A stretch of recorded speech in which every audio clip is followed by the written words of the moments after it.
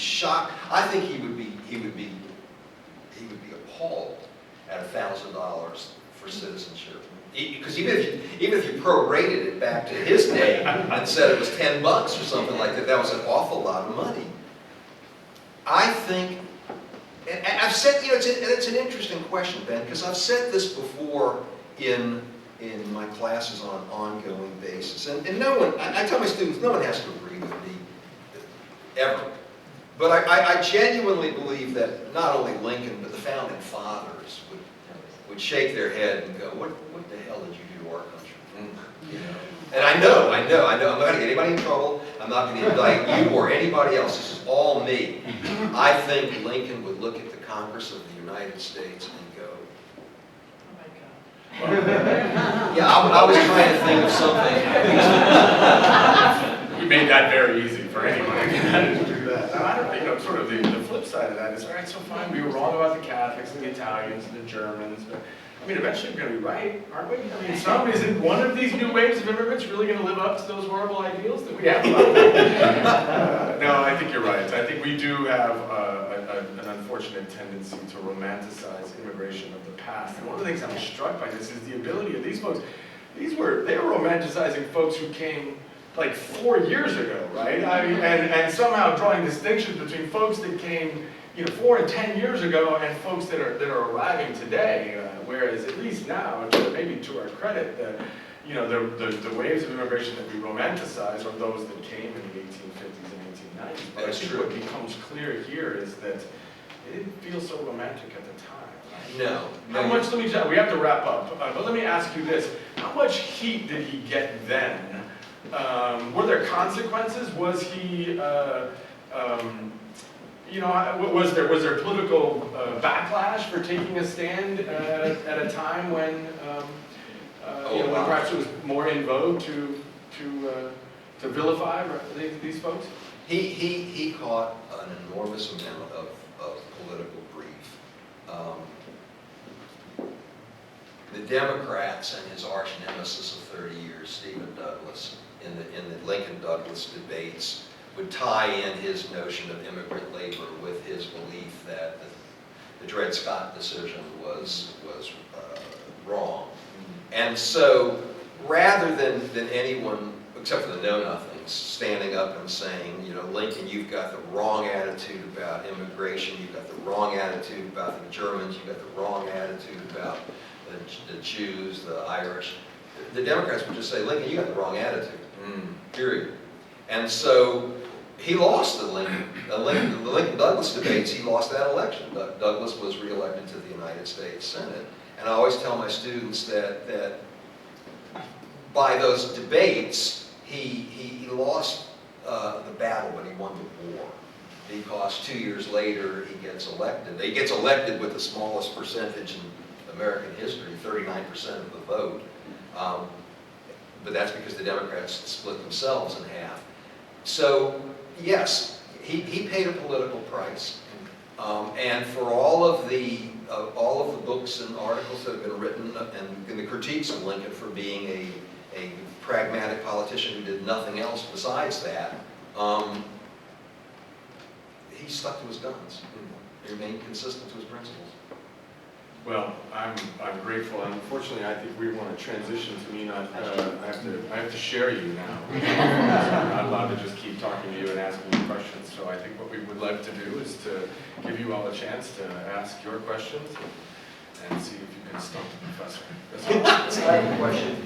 Was immigration at all an issue in the 1864 election? Did McClellan take any position on that?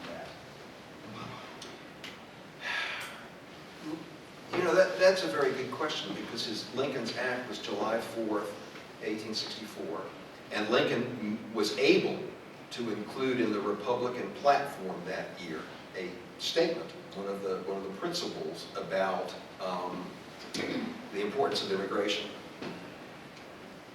McClellan did not make that an issue. In large part, to make a very, very long story short, McClellan, in many ways, was forced to run on a platform that he wasn't particularly happy with. He was what was considered a war Democrat, wanted the war to end, and he'd be willing to give the South what they wanted, but he wanted an honorable end. And the Peace Democrats, derisively called the Copperheads, wanted to end the war. So in many ways, McClellan was running on a platform that was somewhat inconsistent to what he believed. But the immigration issue was infinitely more important in 1860, where some historians have written that the Germans carried the day with Abraham Lincoln than it was in 64. Question here, you can go over here. So going off that, one thing that has been written a lot about is the impact of immigrants to the war, particularly, you know, come to mind the controversy with the 11th Corps at Chancellorsville and Gettysburg. Did the experience of the soldiers have any part of Lincoln's action, say with the 64 Act, or that idea of how immigrants were achieving things in the war as a part of what was going on at the same time? That's a superb question. And the answer to your question is yes, it had a major part. One of the anecdotes that I found, again, in one of these places where I would have least likely found it, was a story of Lincoln visiting the troops and visiting an Irish regiment. And one of the soldiers in the Irish regiment wanted to present him with the Ireland flag, the Irish flag. And according to this anecdote, Lincoln took the flag, kissed the flag, and then said, "For all of the Irish soldiers, long live Ireland, may we always have their support." So I think whether, and there were several other instances too. I mean, Lincoln had to intervene on a couple occasions when German generals got in trouble, and the tendency was, at least their superiors were to fire him, and then the Germans would say, "You can't do that," because they're very important to the German soldiers, and so Lincoln would intervene there. He intervened when Grant expelled the Jews from the Union Army. So I think Lincoln brought with himself to the White House the belief that all of these immigrant soldiers fighting for the United States of America was in essence the manifestation of all of his good beliefs about them. Because here they are, they're building, they're fighting, and his experiences in the field, I think, and you know, here at the Lincoln Cottage is a case in point. I think Lincoln would much rather have spent time with the soldiers than any commanding officer or general.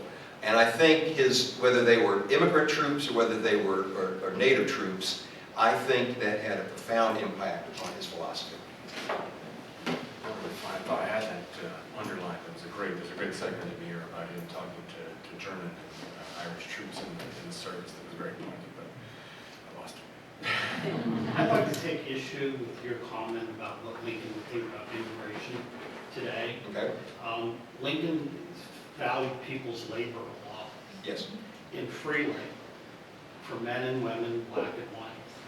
And the environment that you're, to use your word about presentism that you're doing, you're bouncing Abraham Lincoln from 1860, 1865 to 2015. That's a good point. And we now have a situation where the state takes 40% of anyone's living. So your labor isn't free. You get 60% and the state gets 40%. And I think Lincoln would have been much more concerned about that and how that would influence. The problem today, I don't think it's Fox News. I think it's that the equation in the 19th century was you had to be an entrepreneur if you wanted to come to the United States. You had to have somebody there who was going to help you, or you had to get going as soon as you arrived. But in today's world, the risk equation is completely different. You walk in the door, and there's a welfare state that takes 40% of what everybody makes and puts it in a pot. And then anybody who comes can participate in that, even though they haven't contributed to it. And it seems to me that would be more important to Lincoln, that 40% taking of a person's labor, than the issue of whether or not you're going to allow X number of people in or Y number of people in. Because presumably nobody thinks that you should allow everybody in immediately. Right. I think your point is a good one, but Lincoln's immigration law had some problems with it in terms of literally immigrants being recruited brought to the United States and exploited. So before he died, before he was assassinated, he understood that the law needed to be amended somewhat to protect immigrants who arrived. If a company went and recruited them, brought them in, made them sign some sort of contract that kept them in indentured servitude forever, they needed to be prosecuted, that needed to stop. So the amendments would be to protect immigrants and provide them, maybe not with the welfare state, but to provide them with an opportunity so that they could earn their wages. Now, you're right, I think Lincoln would have fits with our tax structure, but of course Lincoln was the first president to have an income tax. We have time And for we one. should, when we get out in the back, because I want to talk about, about folks being eligible. Because you have to pay in for 5 years as an immigrant before you're allowed to draw out. So we have some of those protections in place. We have time for one more question. And the other thing is that I hate MSNBC and hardball as much as I hate Fox. my disdain for media is that you have to talk in 30-second sound Yeah. bites. That's exactly right. Meaningful conversations like this. I would love to hear an example of one of these places where you found stuff that you weren't expecting and a great research find. Just give us an example That's of that. that's a Because great that just seems so interesting. That is a great question. I was telling Ben before we came up here that one of the things I did when I began the research is I knew I was going to go to Springfield and research at the Lincoln Library and Museum. But one of the things I didn't know was his neighborhood, Lincoln's neighborhood. So I researched as much as I can through census records that there were Spanish, Portuguese, Irish, Germans, and Scandinavians in his neighborhood. Because what I wanted to know before I even began was what route did he take from his house to his law office? Well, one of the things that I found were a list of the people who worked in Springfield. Some of them were Portuguese. One of the names sounded familiar to me. And so I went into several county histories to find out the names of these Portuguese farmers who lived in Springfield. One of the names was Mendonça. And the name Mendonça just stuck out in my head. So I would research these individuals. Well, lo and behold, what I found was Mendonça's son, towards the end of the 19th century, wrote sort of a memoir of his father, who was a farmer who sold goods to the Lincolns. And what was great about the anecdote was the father told the son, and the son recorded, that the person they did not want to negotiate with at all was Mary Todd. Because she made their lives hell. And so, she would say, I'm just going to pay you this much. And then the farmer would say, well, but that doesn't even pay for anything.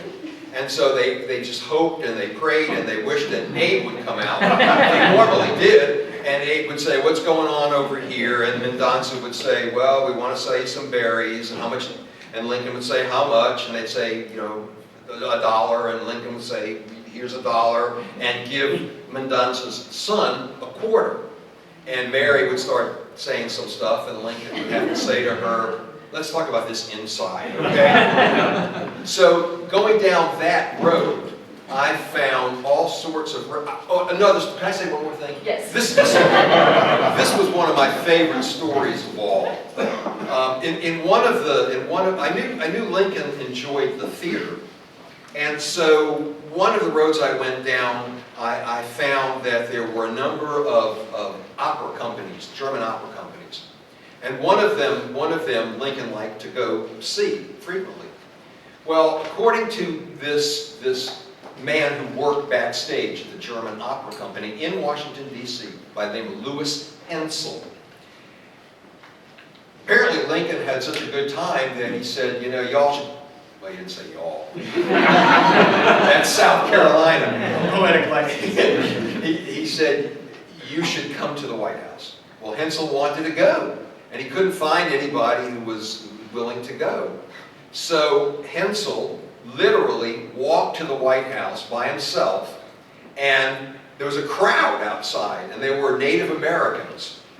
And so Hensel sort of was ushered in to meet Abraham Lincoln with these Native Americans, and Abe thought that Hensel, because he wasn't a Native American, was their translator. And Hensel barely spoke English, let alone, Cherokee or Arapaho or something like that. And so afterwards, Lincoln, they left, and Lincoln basically said to him, "What the hell are you doing here?" And he said, "I wanted to meet you," and this, that, and the other. This, as far as I know, this is the first time that episode and the account of Lincoln has ever been published. Well, join me in thanking Jason Silverman.